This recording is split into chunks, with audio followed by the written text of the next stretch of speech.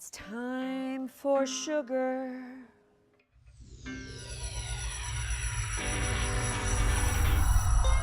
And she's sweet. I see her coming down the street. I know I ask you very confidentially. And she's sweet. I'm not a trained pastry chef or a trained chef. I just have a really good tongue, yeah. I would say that my parents inspired me to cook when I was little. They certainly didn't keep me out of the kitchen. I gotta get sugar. Is this a big enough bag of sugar? It's informative, but it could be boring for me to just stand here and tell you that story. I was dating Ken Nolan, who wrote Black Hawk Down. He lived in Hollywood, leaving his apartment one day, and Max Muchnick, who's the creator of Will and Grace, saw me. I had long, flowing red hair at the time, and he said, "What do you do?" And I said, "I'm a chef." And he said, "I need one of those for my TV show." And the show happened to be Will and Grace.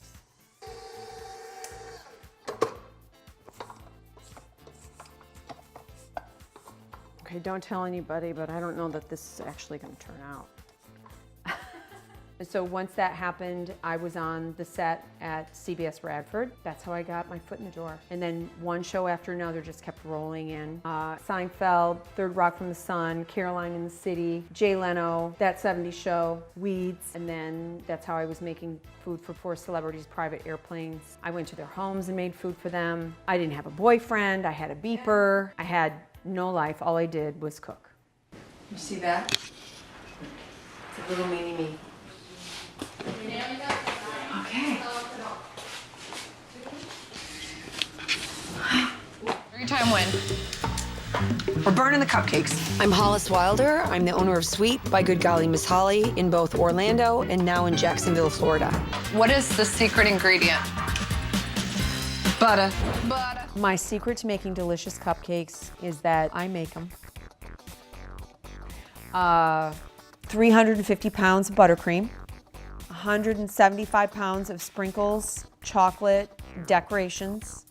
No, the cupcakes are really good because I don't skimp on the ingredients. I melt French chocolate into the cakes and into the icing. It's an addiction. I use egg whites instead of whole eggs, which makes them lighter. The best thing I've ever tasted.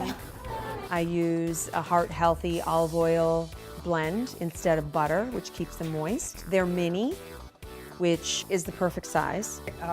I'm just like, I really want one. Every single one of my cupcakes has several elements involved. Crust, which is on the bottom of the cupcake paper, that gives you that additional crunch when you bite into the cupcake. A filling, which can be like dulce de leche or chocolate pudding. Surprises inside the cupcake. That's what I love to do, and that's why they're so good.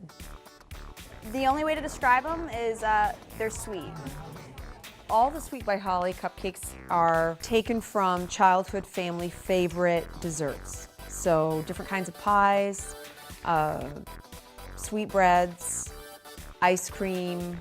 We have this really, really sexy one. It's like a banana split, and it's filled with like, it's chocolate pudding, and then it has like a strawberry and banana buttercream, and it has like these fun little sprinkles on the side. It's called peanut butter cookie. It's a chocolate cake with peanut butter cookie dough in the middle, and they put sugar on top with peanut butter frosting. It tastes just like a peanut butter blossom cookie. It's amazing. Amazing cupcakes. It's like we have our own local celebrity, so we can come in and just eat hers. The reason I focused on minis in my store was by mistake. I didn't start out my store creating mini cupcakes. I started out making the Texas Jumbo, or the ginormous cupcake, which at the time was very, very popular. I got an order to make cupcakes for a spa, and they wanted mini cupcakes. In the night before the order, the spa burnt down to the ground. But I had 500 mini cupcakes being boxed up the next morning when I found out. So what am I gonna do with these 500 cupcakes? Because they don't want them now and they're not paying for them. So I said, well, let's put them in the case and see what happens. And they were gone in like an hour and a half. So that's why I make mini cupcakes.